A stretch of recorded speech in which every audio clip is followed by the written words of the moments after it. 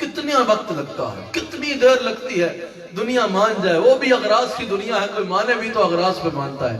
اللہ پتہ ہے کتنا قریب ہے، وہ 80 سال اس کی نافرمانی کرتا رہتا ہونا، وہ پتہ کیا کہتا ہے، ایک ندامت کا آنسو بہا دے، تیرے ایک آنسو سے تیرے سارے گناہ بخش ڈالوں گا۔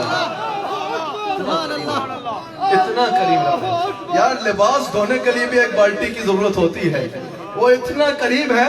80 سال کے نافرمان کو کہتا ہے ایک آنسو بہا دے، ایک آنسو سے سب گناہ بخش ڈالوں گا۔ حضور فرماتے ہیں قیامت کے دن ایک شخص کے لیے حکم ہوگا اس کو جہنم میں لے جایا جائے۔ میں آپ کو جس طرف لا رہا ہوں آپ کو مزہ آ جائے گا۔ قیامت کے دن ایک شخص کے لیے حکم ہوگا اس کو جہنم میں لے جایا جائے، جہنم میں لے جانے جا رہا ہوں، آنکھ کا ایک بال عرض کرے گا، یا اللہ میری ایک فریاد سنے گا؟ اللہ فرمائے گا کہو۔ آنکھ کا بال کہے گا، یہ پلکیں ہوتی ہیں نا، یہ آنکھ کا ایک بال کہے گا کہ یا اللہ ایک دفعہ تیرے خوف سے اور تیری محبت سے اس کی آنکھ میں چھوٹا سا آنسو آیا تھا، اور وہ آنسو اتنا تھا کہ اس سے میں بھیگ گیا تھا۔ اللہ فرمائے گا میری محبت میں رویا تھا، اس آنسو سے اس کے سارے گناہوں کو دھو ڈالیا۔ اتنا قریب رب ہے، اتنا قریب رب ہے، اتنا قریب رب ہے، کتنا قریب رب ہے ہمارا۔ اللہ اکبر، اللہ اکبر، کتنا قریب ہے۔ ایک بندے کا سارا گناہ حضور فرماتے ہیں اللہ نے معاف فرما دیا، وہ خود حیران ہوا کہ میرے گناہ کدھر گئے۔ حدیث کا مفہوم ہے، اللہ نے فرمایا کہ ایک رات تو کروٹ بدل رہا تھا اور کروٹ بدلتے بدلتے تیرے منہ سے نکلا اللہ، نکلتا نا بیٹھتے ہوئے بھی کہتا اٹھتے اللہ۔ اللہ نے فرمایا وہ اتنے پیار سے تو نے اللہ کہا کہ اس اللہ کے لئے میں نے تیرے گناہوں کو معاف فرمایا۔ یار کتنا قریب ہے، کتنا قریب ہے۔ اللہ کریم ہے نا، اللہ مہربان ہے نا، اللہ کتنا قریب ہے۔ اور یار اللہ کا ہم پہ ایک کرم کم ہے کہ دنیا کہاں کہاں دھکے کھاتی ہے، اللہ نے ہمیں یا رسول اللہ کہنا والا۔ آج کل لوگوں کو دیکھو نا، حضور کا ہی کھا کے غراتے بھی ہیں، کھاتے بھی حضور کا ہے اور اختلاف بھی حضور کی شانوں پہ کرتے ہیں۔ اللہ کا شکر اس بات پہ ہم کرتے رہے، ساری زندگی حق ادا نہیں ہو سکتا کہ ہم کھاتے بھی حضور کا ہے اور کھاتے بھی حضور کا ہے۔ اللہ کتنا قریب ہے، اس کریم رب العالمین نے ہمیں آقا بھی ایسا دیا جو رحمت للعالمین ہے۔ اچھا اللہ کریم ہے لیکن اللہ رکت سے پاک ہے۔ امام بیضاوی فرماتے ہیں اللہ رکت سے پاک ہے، اللہ روتا نہیں ہے، اللہ تڑپتا نہیں ہے، اللہ غمزدہ نہیں ہوتا۔ یہ چیزیں رکت کی تعریف میں آتی ہیں، رونا، تڑپنا، غمزدہ ہونا، بے قرار ہونا، یہ رکت کی تعریف ہے۔ کہا اللہ رکت سے پاک ہے، اللہ بے قرار بھی نہیں ہوتا، بے چین بھی نہیں ہوتا، روتا بھی نہیں ہے، تڑپتا بھی نہیں ہے، غمزدہ بھی نہیں ہوتا۔ وہ رکت سے پاک ہے، بے نیاز ہے، خالق کل ہے، یہ تین چیزوں سے وہ پاک ہے۔ لیکن کہا ہم جہلم والوں تمہارے اور ہمارے لیے، ہم گناہگاروں کے لیے رسول اللہ صلی اللہ علیہ وآلہ وسلم کی رحمت میں انتہا یہ ہے کہ حضور کی جو ہم سے محبت ہے اس میں رکت شامل ہے۔ جیسے باپ اپنے بیٹے کو تکلیف میں دیکھ کر تڑپ جاتا ہے نا، ویسے ہی اگر رسول اللہ اپنے کسی امتی کو تکلیف میں دیکھے تو تڑپ کر رو کے کہتے ہیں ربی حب لی امتی۔ رسول اللہ جو ہم سے محبت کرتے ہیں اس میں رکت ہے۔ اگر رسول اللہ اپنی امت کو تکلیف میں دیکھے تو رو کے کہتے ہیں ربی حب لی امتی، یا اللہ میری امت پہ رحم فرمانا، یا اللہ میری امت پہ رحم فرمانا۔ یہ حق علیہ السلام کی ہمارے سے محبت میں شفقت کی انتہا ہے۔ ایسا کریم تو کا پھر نہ کہیں ملے گا، ایسا کریم تم کا پھر نہ کہیں ملے گا، بیٹھے رہو گداؤ سرکار کی گلی میں، بیٹھے رہو گداؤ سرکار کی گلی میں۔ ایک بار اس گلی کے گدا بن کے تو دیکھو، بیٹھے رہو گداؤ سرکار کی۔ آپ کا تعلق گنگول شریف سے ہے، ہمارا تو گھر ہے، ہمارا تو محبتوں کا ایسا سلسلہ ہے کہ ایک گھر ہے۔ آپ مخاطب کر کے اور آپ سب کو مخاطب کر کے کہتا ہوں، یاد رکھنا جس نے ان گلیوں کے، مدینہ پاک کی گلیوں کا ٹکڑوں کا جس کو چسکا پڑ گیا نا، جس کو مدینہ پاک کی گلیوں کے ٹکڑوں کا چسکا پڑ گیا ہو، خدا کی قسم بڑے سے بڑے تاج کو وہ بہت سے ٹھوکر مار دیتا۔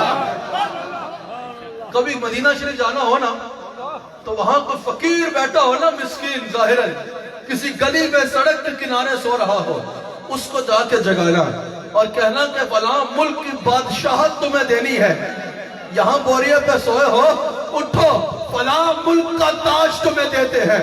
وہ تمہیں بتائے گا کہ تختے سکندری پہ وہ تھوکتے نہیں ہے، تختے سکندری پہ وہ تھوکتے نہیں ہے، بستر لگا ہے دھڑکا سرکار کی گلی میں، بستر لگا ہے دل کا سرکار کی گلی میں، بستر لگا ہے دل کا سرکار کی گلی میں۔ جنت میں رہنے والی حوروں سے کوئی کہہ دے ایک تم بھی گھر بناؤ سرکار کی گلی میں، ایک تم بھی گھر بنا لو۔ لوگ جنت میں تعجب کرتے ہیں نا، جنت کی خواہش ہونی بھی چاہیے اور اس کے لیے دعا بھی کرنی چاہیے، لیکن حضور نے فرمایا ماں بین بیتی و بین بری روضۃ من ریاض الجنہ، اس کو ذہن میں رکھ کے سنیے۔ کوئی مدینہ شریف تو آیا نا، اس نے کہا بھئی مدینہ پاک تو جنت ہے، اس نے کہا کہ جنت کہتے ہیں خلد جس کو، یہ حضور کی قبر انور کی بات نہیں ہو رہی، حضور کی قبر انور کی تو مثال دی نہیں جا سکتی، حضور کی قبر سے آگے جا کے، حضور کی گلی میں آگے جا کے ایک کونے پہ کہتے ہیں خلد جس کو، چلتے ہیں نام جس کا، ارے ہاں وہ بھی ایک مکان ہے سرکار کی گلی میں، جہاں بہت کچھ ہے وہاں وہ بھی ایک مکان ہے سرکار کی گلی، مر کے بھی میری میت ناصر یہی کہے گی، تربت میری بناؤ سرکار کی گلی میں، تربت میری بناؤ سرکار کا لے کے جا رہا ہے۔ کہا وَمَا أَرْسَلْنَاكَ إِلَّا رَحْمَةً لِلْعَالَمِينَ، امام بیضاوی فرماتے ہیں اس میں حضور کی رحمت اتنی ہے کہ ہمارے لیے حضور علیہ السلام کے مزاج میں رقت ہے، اگر حضور ہمیں تکلیف میں دیکھیں تو رو رو کے ہمارے لیے اللہ کے حضور ہاتھ اٹھاتے ہیں۔ یہ تو اللہ نے خود بیان فرمایا نا، عزیز علیہ ما عنتم، اے میرے حبیب علیہ السلام کے غلاموں، ہم نے تمہیں ایسا آقا دیا ہے کہ تمہارا تکلیف میں پڑنا ان پہ گراں گزرتا ہے، یہ تمہیں تکلیف میں نہیں دیکھ سکتے۔ یہ اللہ تمہیں اور مجھے بتا رہا ہے کہ جہنم میں رہنے والے رسول اللہ کے غلاموں، صرف تم رسول اللہ سے محبت نہیں کرتے، جتنی تم اپنے نبی سے محبت کرتے ہو اس سے کئی گنا بڑھ کے تمہارے نبی تم سے محبت کرتے ہیں۔ عزیز علیہ ما عنتم، اے میرے حبیب کے غلاموں، ہم نے تمہیں ایسا آقا دیا ہے یا تمہیں تکلیف میں پڑنے میں نہیں دیکھ سکتا۔ اس کی ایک اعلیٰ مثال سننا چاہو گے؟ جب اسرائیل علیہ السلام حضور کی بارگاہ میں حاضر ہوئے نا، اسرائیل علیہ السلام جب رسول اللہ صلی اللہ علیہ وسلم کی بارگاہ میں حاضری دینے حاضر ہوئے، حضور علیہ السلام نے فرمایا کہ اے اسرائیل، تو ہی ہے نا وہ جس نے ہر کسی کی روح قبض کرنی ہے؟ کہا ہاں یا رسول اللہ۔ حضور نے فرمایا گناہگاروں کی جب روح قبض کرتا ہے تو انہیں تکلیف دیتا ہے؟ کہا ہاں یا رسول اللہ۔ جو جتنا گناہگار ہو اس کو اتنی تکلیف دے کے اس کی روح نکالتا ہوں۔ حضور نے پتہ کیا فرمایا؟ حضور نے فرمایا ہے اسرائیل ایسا کرنا، قیامت تک آنے والے میرے امت کے جتنے گناہگار ہیں نا، سب کی تکلیف مجھے دے دے، میرے کسی غلام کو تکلیف نہ دے۔ کریم ہو تو ایسا، کریم ہو تو ایسا ہو۔ عزیز علیہ ما عنتم، رسول اللہ کے غلاموں تمہارا تکلیف میں پڑنا ان پر گرا گزرتا ہے، تمہیں تکلیف میں نہیں دیکھ سکتے۔ پھر پتہ ہے کیا کہا؟ لَقَدْ جَاءَكُمْ رَسُولٌ مِنْ أَنفُسِكُمْ عَزِيزٌ عَلَيْهِ مَا عَنِتُّمْ حَرِيصٌ عَلَيْكُمْ، کہا یہ تمہارے لیے حریص ہے۔ حریص کا مطلب پتہ کیا ہے؟ حریص کا مطلب ہے دل نہ بھرنا۔ حریص کا ایک مطلب ہے دل نہ بھرنا۔ کسی کا دولت سے دل نہیں بھرتا، کسی کا شہرت سے دل نہیں بھرتا، کسی کا اقتدار سے دل نہیں بھرتا، کسی کا طاقت سے دل نہیں بھرتا۔ اللہ فرماتا ہے رسول اللہ کے غلاموں، میں نے تمہیں ایسا آقا دیا ہے اس کا تمہیں دے دے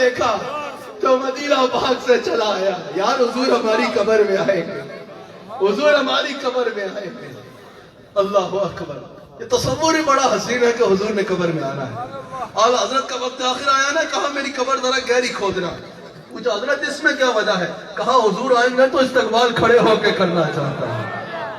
قبر میں سرکار آئے تو میں قدموں پہ گروں، قبر میں سرکار آئے تو میں قدموں پہ گروں، کر فرشتے بھی اٹھائیں تو میں ان سے یوں کہوں۔ قبر میں جانا ہے نا، قبر میں سرکار آئے تو میں قدموں پہ گروں، کر فرشتے بھی اٹھائیں تو میں ان سے یوں کہوں۔ اب تو پائے ناز سے میں اے فرشتوں کیوں اٹھوں، مر کے پہنچا ہوں یہاں اس دلربا کے واسطے۔ اس میں ایک اور شعر یاد آ رہا ہے، جیسے برسوں کی ملاقات رہی ہو ان سے، جیسے برسوں کی ملاقات رہی ہو ان سے، قبر میں دیکھتے ہی میں انہیں پہچان گیا، قبر میں دیکھتے ہی میں انہیں پہچان گیا۔ اللہ ہمیں حضور کا وفادار رکھے، کہو آمین۔ اللہ ہمیں واقعتاً ویسا بنا دے جیسا ہمارے آقا ہمیں دیکھنا چاہتے ہیں، آمین۔ حضور علیہ السلام عالمین کے لیے رحمت بن کے آئے۔ یاد رکھیے گا ہر رحمت ایک حد تک رحمت ہوتی ہے، اگر اس سے بڑھ جائے تو وہ زحمت میں بدل جاتی ہے۔ بارش ایک حد تک برسے تو رحمت، زیادہ برس جائے تو سیلاب، ہوائیں ہلکی سی چلے تو رحمت، زیادہ چلے تو گھر کی چھت بھی ساتھ لے جاتی ہے، اور رحمت حد تک۔ چلو یہ تو دنیا کی مثالیں ہیں نا، ہر نبی رحمت بن کے آئے، لیکن صرف ان کے لیے جنہوں نے ان پر ایمان لایا، جنہوں نے ان کی فرما برداری کی۔ اگر کسی نے نبی علیہ السلام کے سامنے آ کے ان کی مخالفت کی تو قرآن میں موجود ہے انہوں نے اس کے لیے دعائے ضرر کی، جس کے سبب اللہ کا عذاب اس قوم پہ آیا، جس کے سبب اللہ کا عذاب اس قوم پہ آیا۔ تو پتہ چلا ہر نبی بھی رحمت، لیکن صرف ان کے لیے کہ جنہوں نے ان کی فرما برداری کی۔ لیکن میرے آقا علیہ السلام پتہ کیسے رحمت بن کے آئے؟ میرے آقا علیہ السلام وہ رحمت ہے جو سراپا رحمت ہے، زحمت کا کوئی پہلو نہیں۔ پہلے انبیاء کے سامنے اگر کوئی آیا نا اور مخالفت کی تو انہوں نے اس کے لیے دعائے ضرر کر ڈالی، لیکن میرے آقا علیہ السلام کے سامنے اگر کوئی آیا نا، طائف میں سنگباری ہوتی ہے، حضور دعائے ضرر نہیں کرتے، جبریل حاضر ہوتے ہیں، یا رسول اللہ ڈالوں تاکہ ان کا نام و نشان مٹ جائے۔ حضور نے فرمایا جبریل ہونے کو تو یہ ہو جائے گا، لیکن میری رحمت للعالمین کہاں جائے گی؟ میں صرف مسلمانوں کے لیے نہیں، میں عالمین کے لیے رحمت بن کے آیا ہوں۔ ہو سکتا ہے ان کی نسلوں میں ایمان والے آ جائیں۔ آج اگر عرب میں سب سے زیادہ محبت سماعت کر لیجیے، جب غزوہ بدر ہوا نا اور مسلمان غزوہ بدر سے واپس آئے، اب تک تو نہیں گئے، ذرا آخری حدیث اس میں بڑے غور سے سماعت فرمائیے۔ حضور علیہ السلام تو آپ تک بھی گئے ہو تو کیا ہوتا ہے؟ اگر اللہ تعالیٰ نے اسلام کو ایسی فتح عطا فرمائی ہے کہ ہمیشہ کے لیے کفر کے دل میں اسلام کا رعب اور دبدبہ آ گیا کہ یہاں سے 313 لوگ ایسے جن کے پاس زیادہ تر ایسے ہیں جن کے پاس تلواریں بھی نہیں ہیں، درختوں کی ٹہنیوں کے ساتھ جنگ لڑ رہے ہیں، اور وہاں 950 لوگ کم و بیش ایسے جو جنگی سما کے ساتھ آئے ہیں، ان کے اوپر اللہ نے 313 کو فتح دے دی۔ کہا کہ آج تو اسلام کو ایسی فتح ملی ہے کہ اب کفر ہمیشہ اسلام پہ جو ہے وہ میلی آنکھ اٹھانے سے پہلے بدر کا 313 کو ضرور یاد کرے گا۔ ہر مسلمان بہت خوش، لیکن حضرت بلال رضی اللہ تعالیٰ عنہ کہتے ہیں، یہ بڑے غور سے سننا، حضور علیہ السلام کو اس رات میں نے بڑا بے چین دیکھا۔ کہا حضور علیہ السلام کی آنکھوں میں موٹے موٹے آنسو تھے، اور حضور کبھی اپنے گھر کے اندر جاتے تھے اور کبھی باہر آتے تھے، کبھی اپنے محل مبارک کے اندر جا رہے ہیں کبھی باہر آ رہے ہیں، آنکھوں میں موٹے موٹے آنسو۔ حضرت بلال کہتے ہیں میں نے عرض کی کہ یا رسول اللہ صلی اللہ علیہ وآلہ وسلم، آج ہر مسلمان اتنا خوش ہے، کہ اللہ تعالیٰ نے آج اسلام کو اتنی بڑی فتح عطا فرمائی. سرکار آپ پہ آج یہ بے چینی ہے, آپ بے چین نظر آ رہے ہیں. یا رسول اللہ اس کی وجہ کیا ہے؟ حضور علیہ السلام نے ارشاد فرمایا, بلال یہ جو قیدی آئے نا 70, آپ کو پتہ ہے یہ کون قیدی تھے؟ جو مکہ سے یہ کہہ کے نکلے تھے کہ آج ہم مسلمانوں پر اور ان کے نبی پر ایسا حملہ کریں گے کہ ان کی کمر توڑ کے رکھ دیں گے, مسلمانوں کو ہمیشہ کے لیے ضمیع کر کے رکھ دیں گے. اللہ اکبر. حضور نے فرمایا, بلال یہ جو قیدی آئے ہیں نا, ان کو تم نے جو باندھا ہوا ہے نا رسیوں سے, اتنی زور سے باندھا ہوا ہے, میں بستر پہ لیٹتا ہوں مجھے نیند نہیں آتی کہ میرے دشمن کو رسی چبھ رہی ہوگی. اللہ اکبر. ایسے کریم, ایسے رحمت للعالمین ہے. کہا میں بستر پہ لیٹتا ہوں مجھے نیند نہیں آتی کہ میرے غلام کے بدن پہ رسی چبھ رہی ہوگی. رسول اللہ کے غلاموں, دو باتوں پہ اس پہ توجہ کرو. ایک تو یہ کہ ہم ان کے امتی ہیں کہ جنہوں نے دشمن کے بدن پہ رسی کی تکلیف برداشت نہیں کی. تو جو دشمن کے بدن پہ رسی جتنی تکلیف برداشت نہیں کرتا, وہ غلام کے بدن پہ آتش دوزخ کہاں برداشت کرے گا؟ رسول اللہ صلی اللہ علیہ وآلہ وسلم ہم سب کی شفاعت فرمائیں گے, ہم سب کی شفاعت فرمائیں گے اور انشاءاللہ جنت میں ساتھ لے کے جائیں گے. مصطفیٰ چاہیں گے جنت میں نہ امت کے بغیر, کیونکہ جا نہیں سکتا کبھی دل کے کو دریا چھوڑ کر. اور اس میں ایک اور چیز پہ توجہ کرنی ہے, وہ یہ ہے کہ ہم نے کلمہ النبی علیہ السلام کا پڑھا ہے جنہوں نے کبھی دشمن کو بھی تکلیف نہیں دی, جنہوں نے کبھی دشمن کو بھی تکلیف نہیں دی, جنہوں نے کبھی کسی کو تکلیف نہیں دی. اور آج ہم اپنوں کو تکلیفیں دیتے پھرتے ہیں, آج ہم لوگوں کو تکلیف دیتے پھرتے ہیں اور پھر کہتے ہیں ہمارا تعلق رحمت للعالمین صلی اللہ علیہ وآلہ وسلم کے ساتھ ہے. تو پھر ہمیں اپنے دعوے پر غور کرنا ہوگا. رسول اللہ صلی اللہ علیہ وآلہ وسلم تو وہ آقا علیہ السلام ہے, رسول اللہ صلی اللہ علیہ وآلہ وسلم تو اس شان والے ہیں کہ حضور علیہ السلام نے فرمایا کہ اگر کوئی مسلمان یہ دیکھے مسلم کنٹری میں, مسلم سٹیٹ میں, اگر کوئی مسلمان یہ دیکھے کہ کوئی مسلمان کسی غیر مسلم کو تکلیف دے رہا ہے, تو رسول اللہ صلی اللہ علیہ وآلہ وسلم نے فرمایا کہ اس مسلمان پر یہ واجب ہے کہ وہ اس کو تکلیف دینے سے روکے. رسول اللہ صلی اللہ علیہ وآلہ وسلم وہ نبی رحمت ہے. حضور علیہ السلام نے فرمایا کہ اگر کسی مسلمان نے کسی غیر مسلم کو مسلم سٹیٹ میں قتل کر دیا, مسلم سٹیٹ میں مار دیا, حضور علیہ السلام فرماتے ہیں وہ جنت کی خوشبو بھی نہیں پا سکے گا, اس کو جنت سے اتنا دور کر دیا جائے گا کہ وہ جنت کی خوشبو بھی نہیں پا سکے گا. رسول اللہ صلی اللہ علیہ وآلہ وسلم کی حدیث ہے.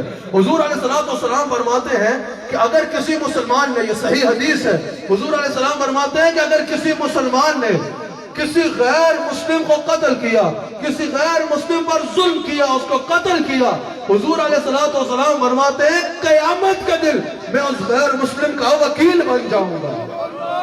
تو یہ رسول اللہ کے غلاموں تمہیں پتہ ہونا چاہیے, ہمارے آقا علیہ السلام رحمت للمسلمین نہیں ہے, رحمت للعالمین ہے. حضور کے غلاموں کے لیے تو قبر و حشر میں بھی حضور رحمت ہے, لیکن دنیا میں رسول اللہ صلی اللہ علیہ وآلہ وسلم ہر ایک کے لیے رحمت ہے.